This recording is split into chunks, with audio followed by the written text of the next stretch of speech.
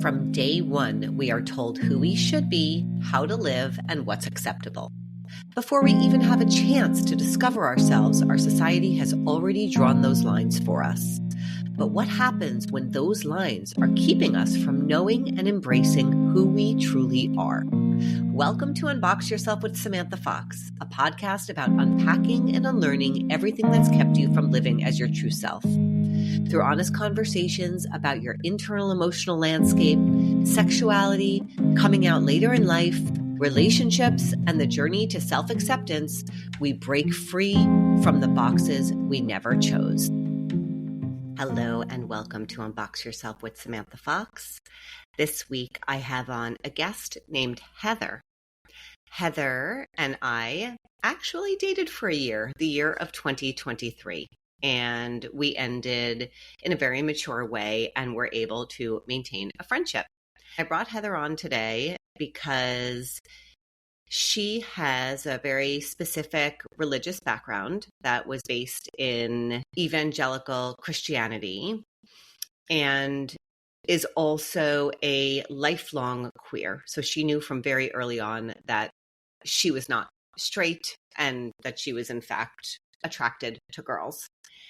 I mainly talk about people coming out later in life, and I thought it would be really interesting to bring somebody on who knew from the beginning of time that they were gay and also came from this extremist background in terms of religious conditioning. Heather's here to share her story. I'm really appreciative of her willingness to come on the podcast and share with my audience how her religious conditioning affected her in terms of her romantic relationships going forward. Heather has done a lot of work healing over the years. And if you'd like to reach out to her and share anything about your story, her information will be attached in the show notes below. I hope you enjoy this episode.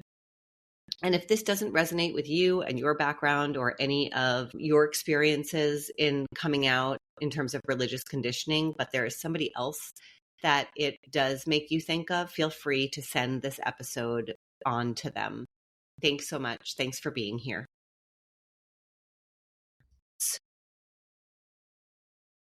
Hi, Heather. Thank you so much for joining me today. How are you? I'm good. Nice to see you. You too. So, you know that I had asked you if you would join me here.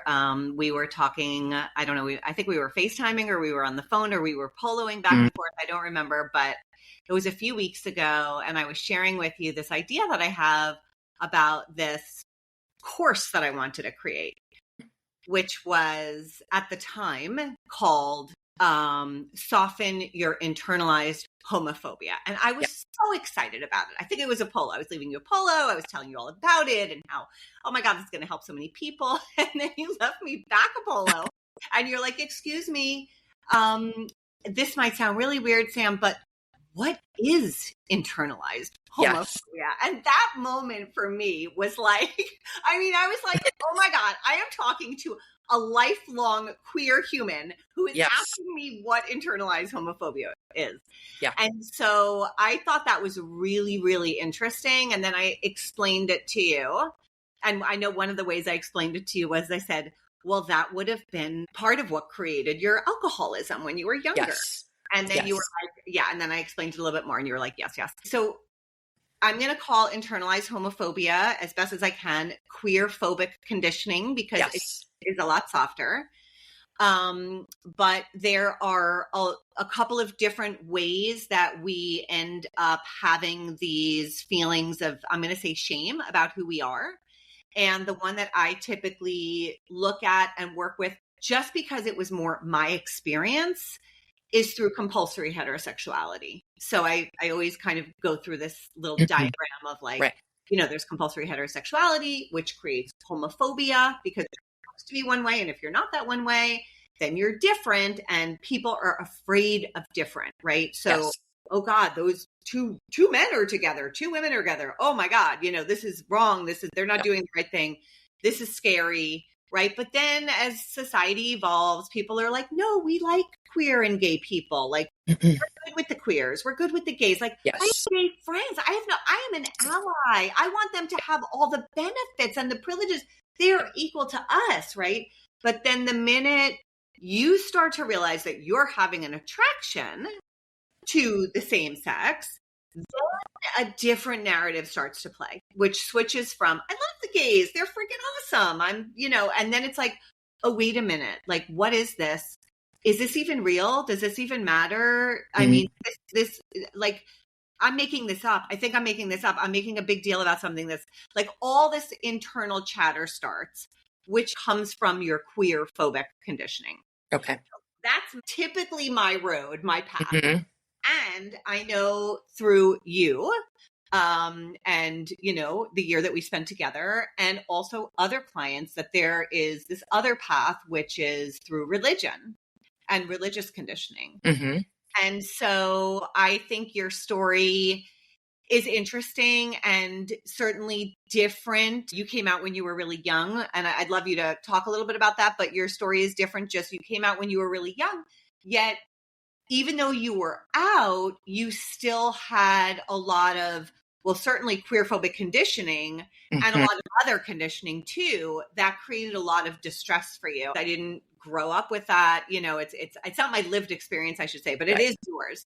So share a little bit about when you first knew something felt a little bit different about you, and what your family looked like what was happening in terms of like religion, what was around you, what were you being taught?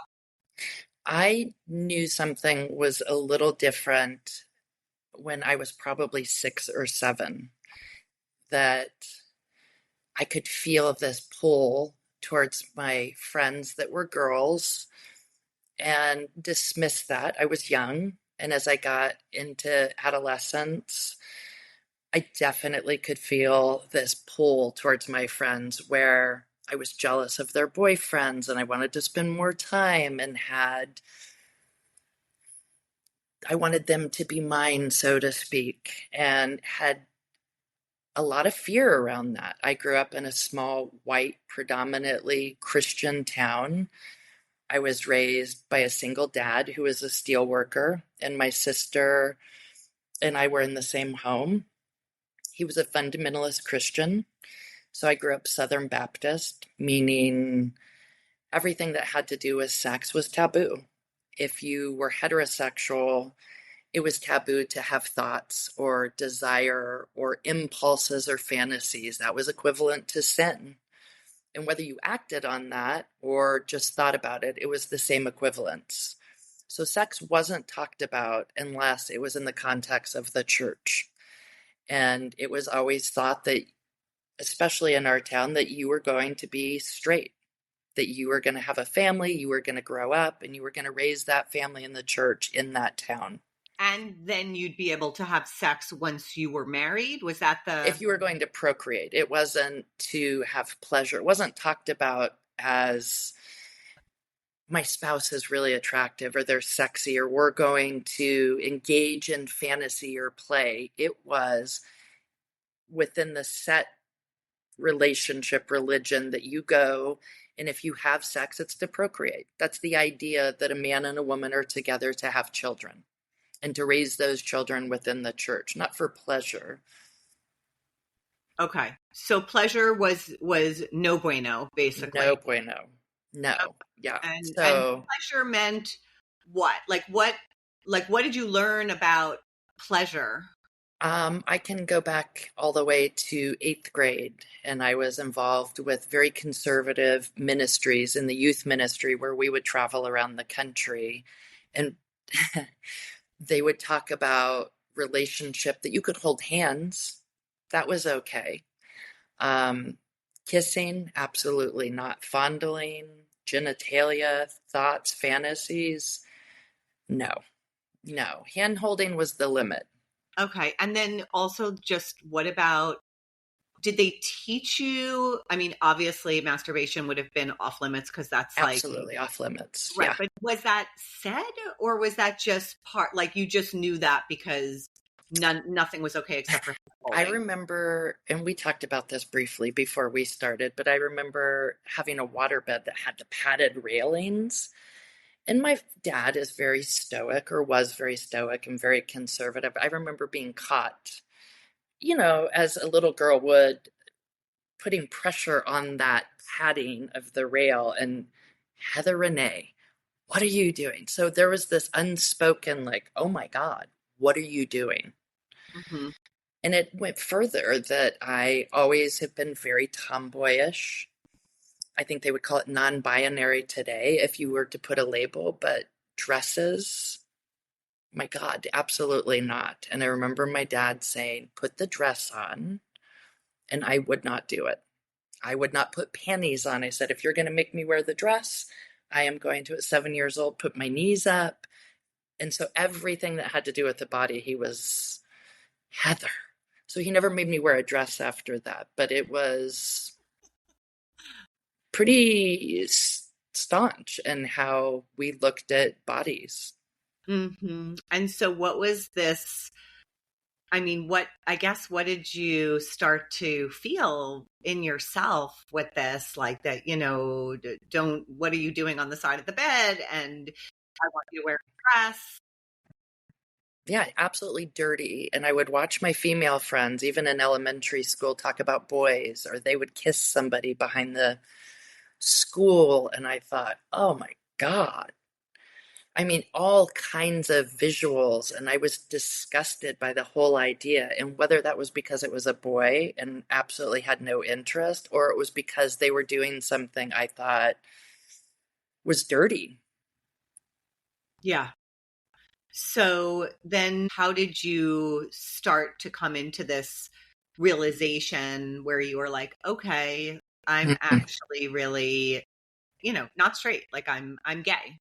Yeah, I was 15 where I really started to be open about it. My best friend at the time had just moved into the state and ended up, by circumstance, moving in with us. And that's a long story in itself. But I thought, now looking back, I would use the word sexy, and thought, wow, she was charismatic and she embodied her sexuality, and she was very straight, but she was also very open. And I think spending a lot of time with me, she realized that I probably had inclinations that weren't just fully friend.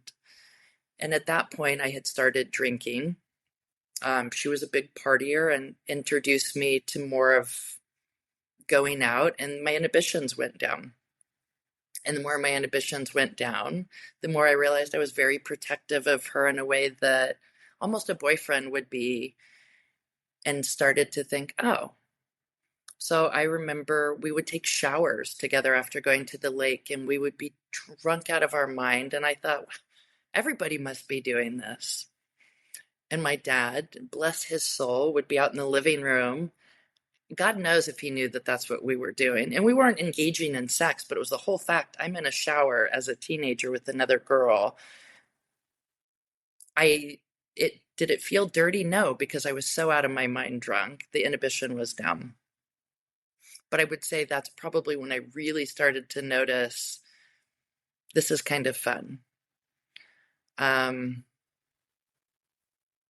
but it was usually, as you and I have discussed, that's where I started to go into my full blown alcoholism. Yeah. Yeah, which would have helped you kind of numb Yeah. out the Yeah. feelings that you're doing something really, really bad. Yeah. And it was actually at that point my parents sat us down, and my parents were divorced, but they happened to be in the same house at that time, and said, we need to talk to you. Are you a lesbian? And I remember hearing the word, and it was such a visceral reaction that I was mortified. I was angry. How dare you? And I remember just thinking this rage inside of me, because that label meant something so dirty. Um, of course, yes, it was absolutely true, but I couldn't stomach what that meant. Yeah. So you said no, I said no, absolutely. I think I was so defensive, they never brought it up again until I came out. which was 17, probably right on the cusp of, I had just graduated. So I was going almost into being 18. and went to my parents and had my first experience in college that was really a full experience, and thought, yeah, this is probably really true, because there was no denying it at that point. And you were still drinking then? Every day. So, I mean, asking you like how you felt about that becoming a real experience is kind of, I mean, it was like you didn't really feel anything because you would have been very numbed out. No, yeah. And it was, I don't think I could face what was going on. The pleasure the fact that it was a woman, the fact that I was so disconnected from myself, that alcohol was a daily presence. And sometimes it was all day. And so I didn't know where the beginning of the day and the end of the day was. And everybody in that age group was drinking, so it seemed okay. Yeah. Until I was 19. The same girl I had my first experience was, and we had talked about this, you and I, she was a stripper, and so she embodied this sexuality and empowerment. And there was something really sexy about that she could walk on a stage and be in front of men, and they could sexualize her, and then she would come home to me, and I thought, well, look at this. But I would also be so inebriated that I couldn't connect the two, except for there was something really appealing about that. So when I was 19, I was so out of control and so disconnected from everything that I was feeling, that I decided to go to rehab for the first time. And so she and another friend of mine drove me to Los Angeles, where I checked in. okay. And that was the first stint. So it was a little back and forth. Through that couple months, I left and went back a few times. Okay. And then finally we're sober at age. I was sober for a year and was really trying to navigate what that looked like. How do I meet women and go to bars and be sober? How do I interact? Like, where do queer women hang out? Yeah. Um, So I guess, so I just want to slow you down. So yeah. So then when you were sober, because that was like really the first time you were sober. So then what was, I mean, how, because now you didn't have the numbing agent. So right? how did you feel about, dating women, meeting women, or? I didn't really date women. It was, I would either hook up with a woman, but never date. It would be by circumstance. That I, at that time, believe it or not, was a server working in a bar.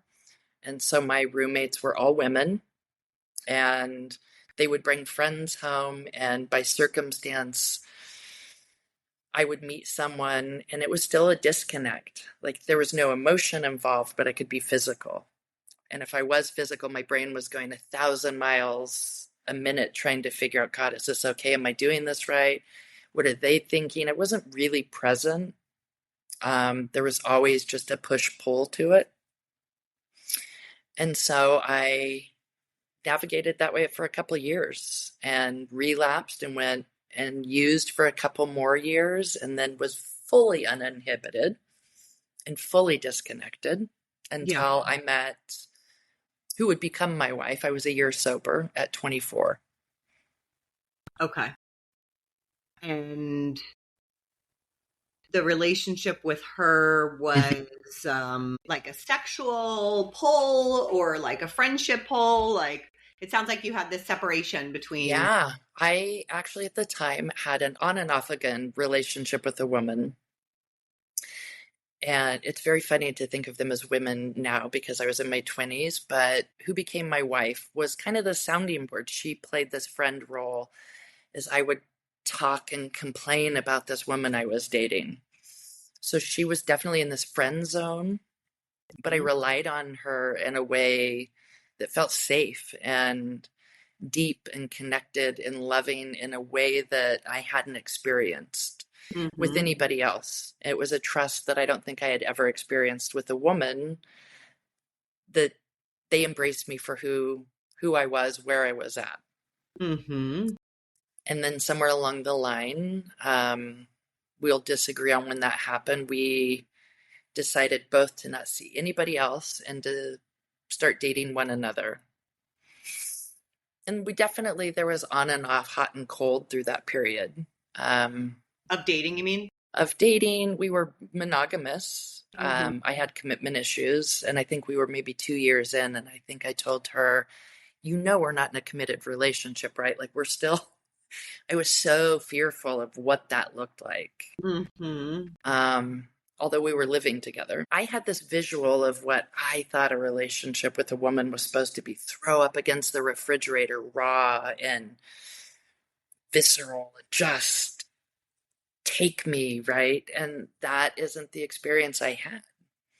It was much more committed and friend-based and loving, where I was having a really hard time having both merged together. Mm-hmm. And did that end up becoming an issue? I mean, it was an issue through the marriage. It wasn't just sort of accepted It like this. was to pull each other. We were excellent life partners. We were even better roommates, phenomenal co-parents, a deep love and respect for one another. And if you were to ask us both one-on-one today, we would say, because we have talked about it, that we overstayed in our marriage and didn't recognize or admit all the signs that were there. That I call it the four-legged stool, that you have to have the emotional, spiritual, sexual, and intellectual. You can live without one for a while, and it may stay up, but eventually it's going to tip. And so there was parts that were missing in our marriage that we, because of her, or I can only speak for me, because of my own experiences, I couldn't integrate. Mm-hmm. To even talk about it felt shameful and dirty and accusing. Like, why are we struggling with not having sex? Like, you can have a dry spell. Everybody talks about lesbian bed death. Yeah. That can prolong into a life of having that, where it feels absent. And the longer it stays absent, it feels like a subject to not talk about, but not really knowing why we're not talking about it. Right. And did she have the same history? Did she also grow up with a sort of fundamentalist, No. Okay. And actually, not to share too much of her own story, she did grow up in a home that it was shamed. What sexuality Sexuality. They found out that she in college was seeing a woman, and she came home and they had, if the memory serves me right, all the letters from the girl she was dating in college, and they were horrified and said, you have to make a choice. Either you stop seeing her, or we're going to tell your siblings that you're queer. So she broke it off with this person that she really was deeply in love with. And so there was this shame, I think, around it. And so she went back to dating men for a number of years. So that was her family's homophobia. It was, yeah. Okay. And then, and she kind of, went with what they were comfortable with. For years, she was with men. And then I think I was her first really substantial relationship after experiencing all that. So she was in her early 30s and I was 24, and she introduced me to her family, and they embraced me and loved me. And she was like, holy shit, like, look at this. And we stayed together for 25 years. And 3 kids. And 3 kids. Yeah. So basically, and I mean, in terms of like your queerphobic conditioning that created your internal distress, I'm going to say, I mean, in the internalized homophobia, it sounds like was sort of a layer for you on top of just really like anything pleasurable, anything sexual, any thoughts about it, any acts, any masturbation, anything, all of that is taboo, dirty, bad, awful. And then on top of it, it's like, that was for straight people. And then on top of it, it's like same sex. Yes. worse or just in the same lump? Definitely worse. Worse. Hi there. I'm just popping on mid-show to let you know that at the bottom of the show notes, there is a link. The link is to a wait list for an upcoming course that is going to be released this fall. The course is called Unbox Your Queerphobic Conditioning. If you are interested in learning how to soften the parts of you that are struggling with what you have learned from society about being someone who has same-sex feelings, this course is for you. Go ahead and add your name to the wait list, and you will be the first to be notified when it is available. Now back to the show. Like, why? Like, if it's all bad, what's worse about that? That's a great question. And actually, that came up when I came out to my dad, who's a fundamentalist Christian who since passed. If I'm committing a sin by loving another woman or having pleasure with another woman, what about you? What about this? Judgment is a sin. Or you having premarital sex with your soon-to-be wife, it's a sin. Why is this so different? We didn't get really deep into it. There wasn't a lot of answers, but there was definitely a stigma around it. So this feeling of being the circling black sheep was always very much there. And that was your interaction with him, but I'm guessing that you learned earlier somewhere also that on top of all these things that are taboo and bad and dirty, that this one is even worse, or I don't know. I think it was just, there wasn't a lot of queer people around, and any mention of queer people, if it did happen to come up, there wasn't a lot of context for it when I grew up, but you would hear homosexuality is a sin in the church. They would talk about different layers. And so it was like, oh, clutch your pearls, like when you would hear that. It's really interesting. It was almost like an unspoken in some ways, but just dirty. I do remember one queer woman growing up. She was a janitor in our town and happened to be friends with my mom. And they would talk about her in this like she was this enigma, like, oh, Billy, she's the lesbian. Almost like, oh my God, there's a woman who's queer in our town. But other than that, they didn't talk a lot about it. It was almost like, yeah, I'm sure there are queer people, those two women that live up this street, but just don't say anything. I don't even know if there was an idea that two women could bring each other pleasure. I mean, I don't remember any reference to it. I just remember it's bad. In the way that they had asked me when I was 15 with this look of disdain of, are you a lesbian? With concern. I just knew that it's like, no, I'm absolutely not. Right. I'm not that. Yeah. I'm not. But I do remember earlier than that in elementary school having friends that were boys and they would sneak, I think it's Playboy. Is that the one that girls are in, or women? Yes. And thinking, oh, I can't believe they're looking at those, but kind of peeking over thinking, oh, there was an interest to it because it was that pull, knowing and having a curiosity that I couldn't ask anyone about. And you had to really shut it down, and the alcohol was really... The alcohol was the great equalizer. I could, but still couldn't connect. And it wasn't until years, and then unfortunately, as my marriage was having some rocky moments, I talk about this pretty openly. I had a emotional affair, and it was with a woman who was bisexual.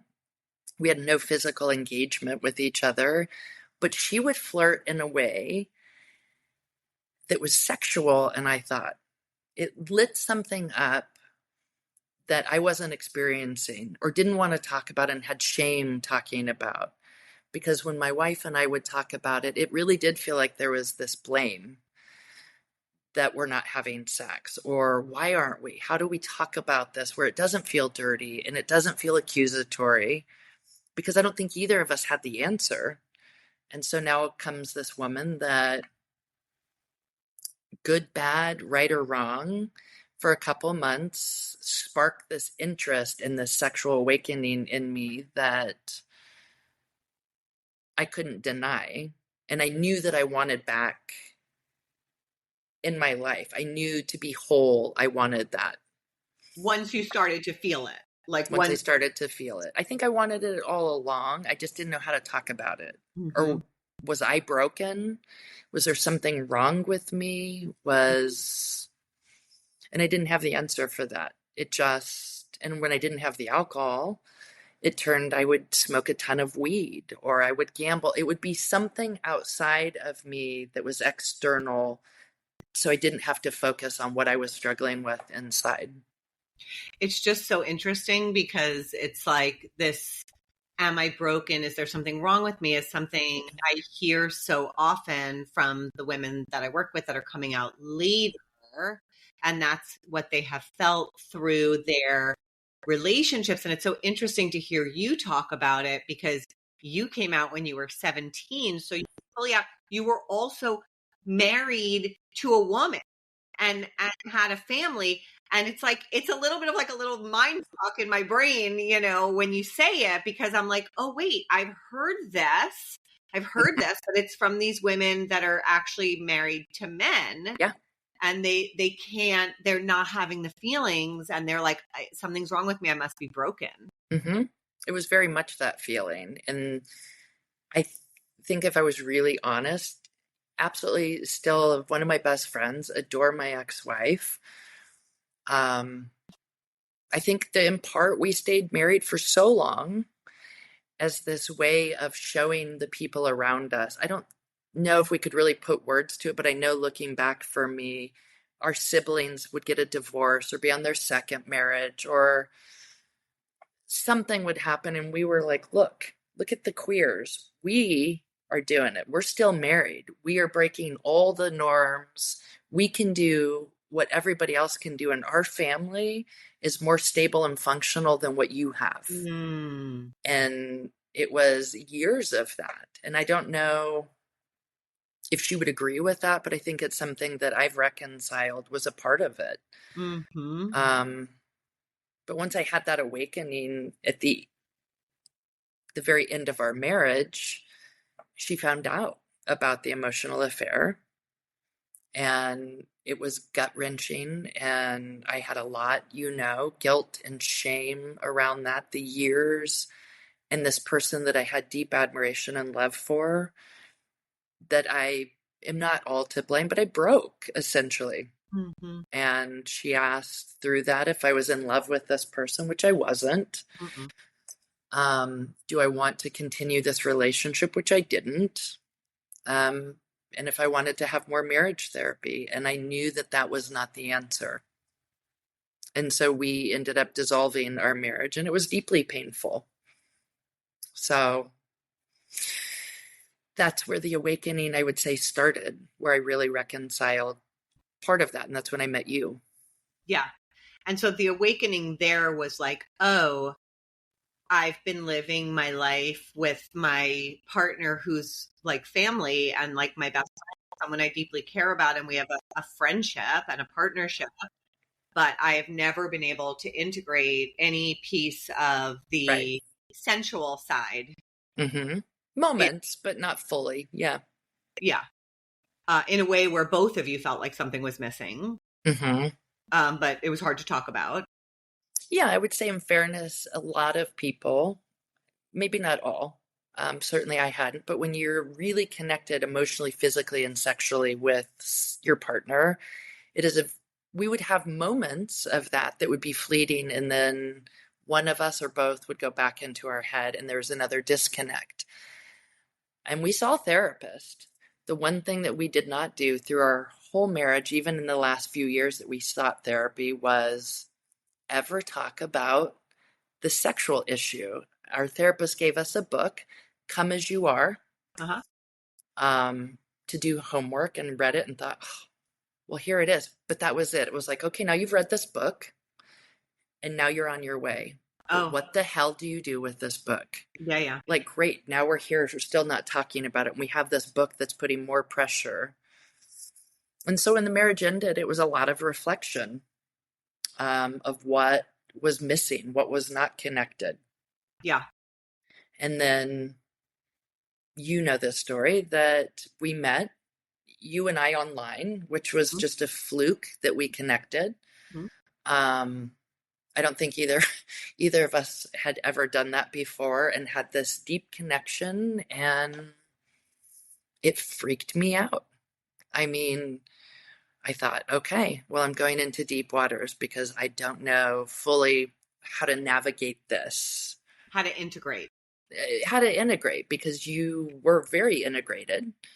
Um, and I wasn't. And so women would meet me and be, you have a sense of swagger that most people see me and go, you are queer. I walk in somewhere, it is evident I am a queer human. Yes. So that was kind of a way that I could put camouflage on and hide really what was going on. So most women thought, well, look at that. She's got it all together and she must be X, Y, and Z. Mm-hmm.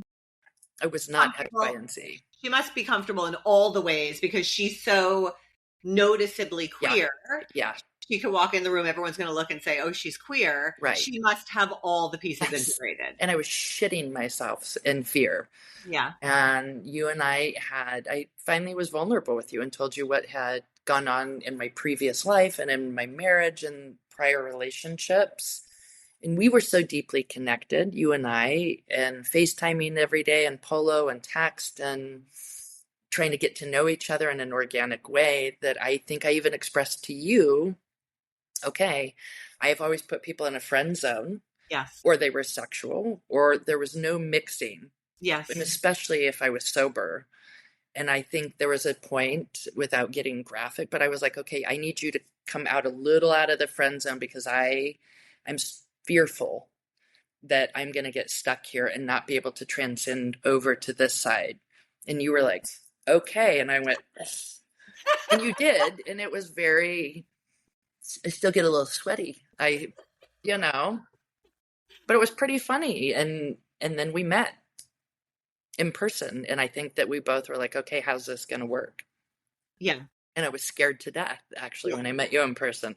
I think Yeah. I sat on the very end of the couch, Yes. like as far away from you as I could possibly get, you Which know? is so funny. If anybody saw you, they'd be like, wait, Yes. what? I'm 6'3" and you're 5', what, 6? You're over here and I'm here. And I was like, okay, there's a buffer. Oh Yeah. God. Yeah. So, But the continuation of that story is that we had this year together, and right. that during that time you were able to actually really integrate.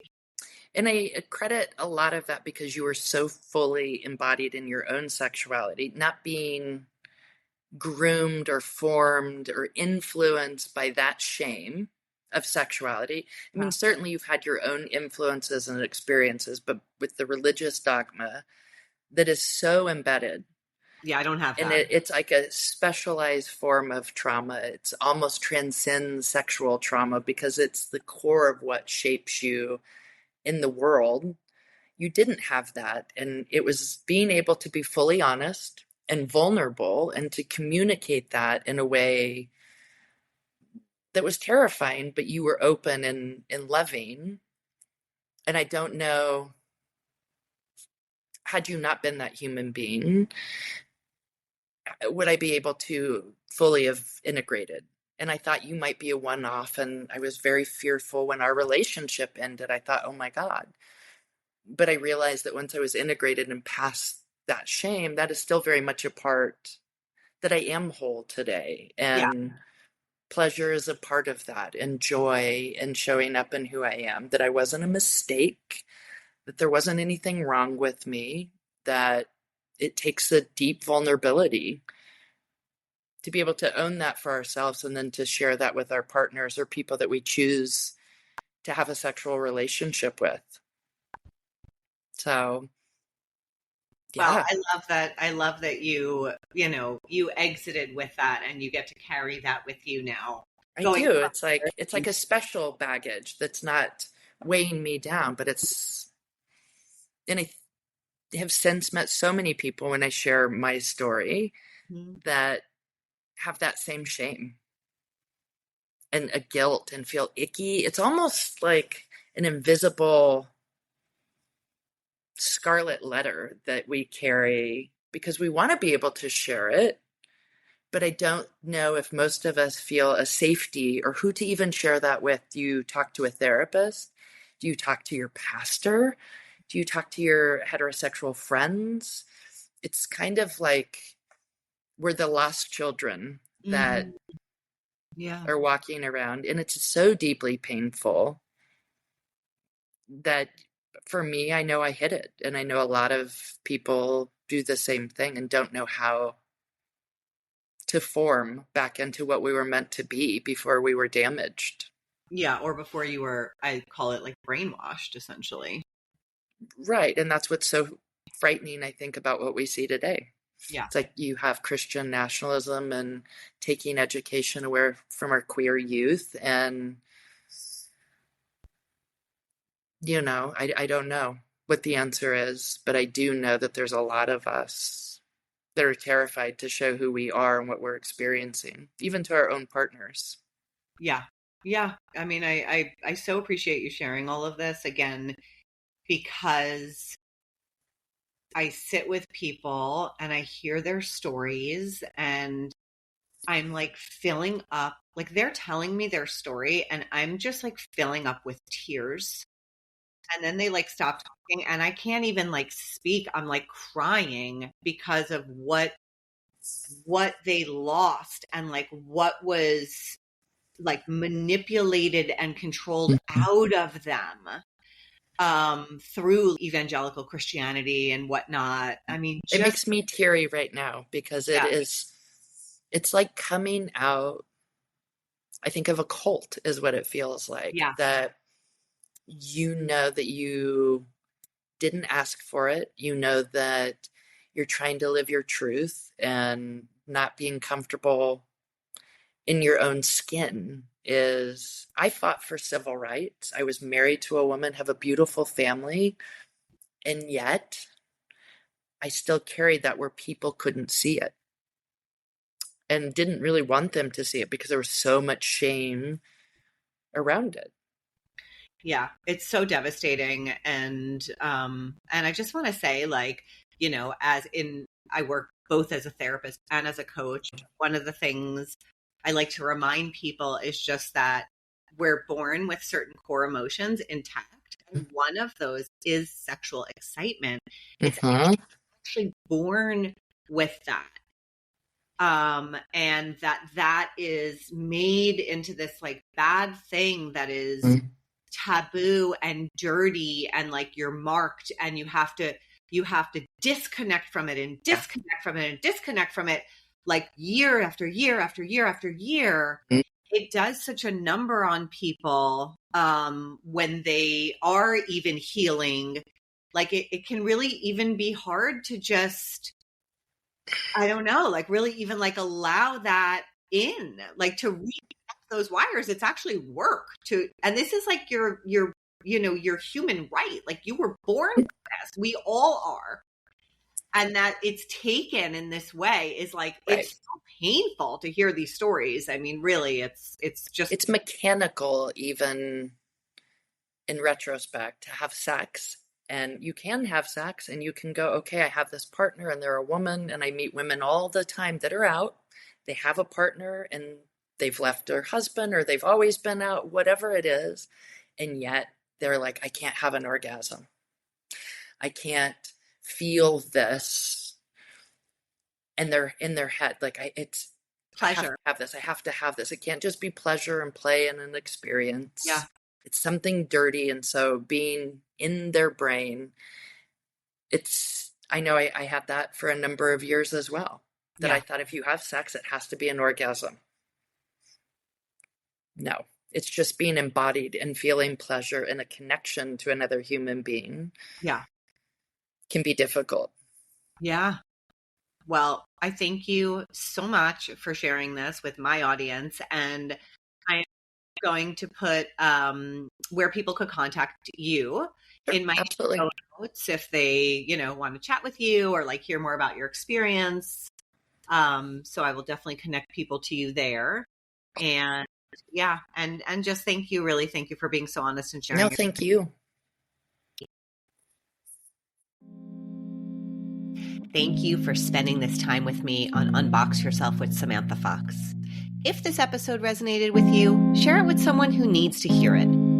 Don't forget to like, subscribe, and leave a review. It helps more folks find these conversations.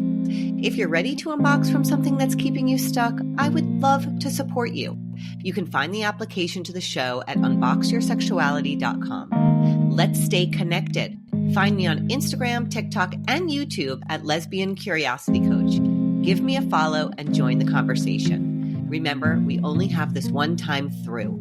Why not unbox yourself and let your true self shine in all its beautiful glory?